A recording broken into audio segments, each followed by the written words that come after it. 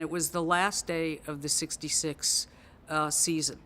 And Sandy knew, though he had not announced it, that he was quitting. The arthritis in his left arm was so profound at that point that he couldn't straighten his arm. He was taking medication in order to be able to pitch, including, painkillers that actually dulled reflexes and made it such that, what if somebody hit a line drive back through the box? Would he be able to react in time to field it? And he was smearing himself with capsule and that paste that ball players used to use that just basically burnt you so badly that you could forget about everything else that hurt. So the Dodgers come into Philadelphia, and there's basically been a three-way pennant race, Pirates, Giants, and Dodgers. And the Dodgers had a game-and-a-half lead on the Giants, but they were rained out on Saturday. And the Pirates and the Giants were playing in Forbes Field. And come Sunday, and suddenly it becomes necessary for the Dodgers to win. Drysdale starts the game one of a doubleheader, which was going to have a makeup game if it needed to be played. And Drysdale is losing. And so in late innings, in full view of everybody, people see Sandy Koufax get up out of the Dodgers dugout, trot down to the bullpen to warm up, hoping that maybe he can relieve Don Drysdale and save the day, and they won't have to play the same second game. Doesn't work, doesn't happen. Dodgers go into their clubhouse waiting, not knowing whether they're going to have to play the second game or not. They're all hanging on the scoreboard, what's happening with the Pirates and the Giants.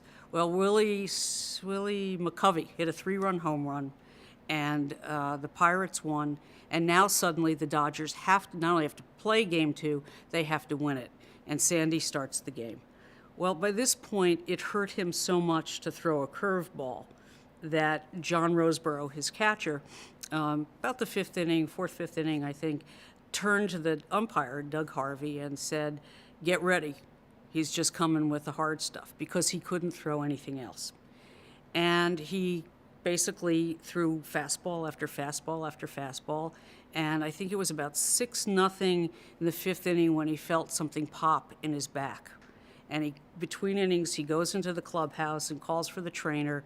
Don Newcomb, the old great Dodger pitcher who had been a teammate of his when he first came up, was there, and a couple other guys. And he literally lay down on the floor, on a table, I'm not sure which, and these big guys, pulled in opposite directions, so that whatever it was that popped in his back would go back into place. They filled him full of painkillers. They rubbed this capsule in on him, and he goes back out and he pitches. And he won the game. I think he ended up giving up 3 runs. And remember, he knew that if he lost, this was his last game ever. And Doug Harvey later told me, he's now deceased, that it was the most amazing display of baseball he has ever seen in his life. So amazing that he did the unthinkable for an umpire. He went and bought a Sandy Koufax picture and asked for an autograph. Umpires don't do that. He was tough in the most elegant way, in the most ethical, elegant way.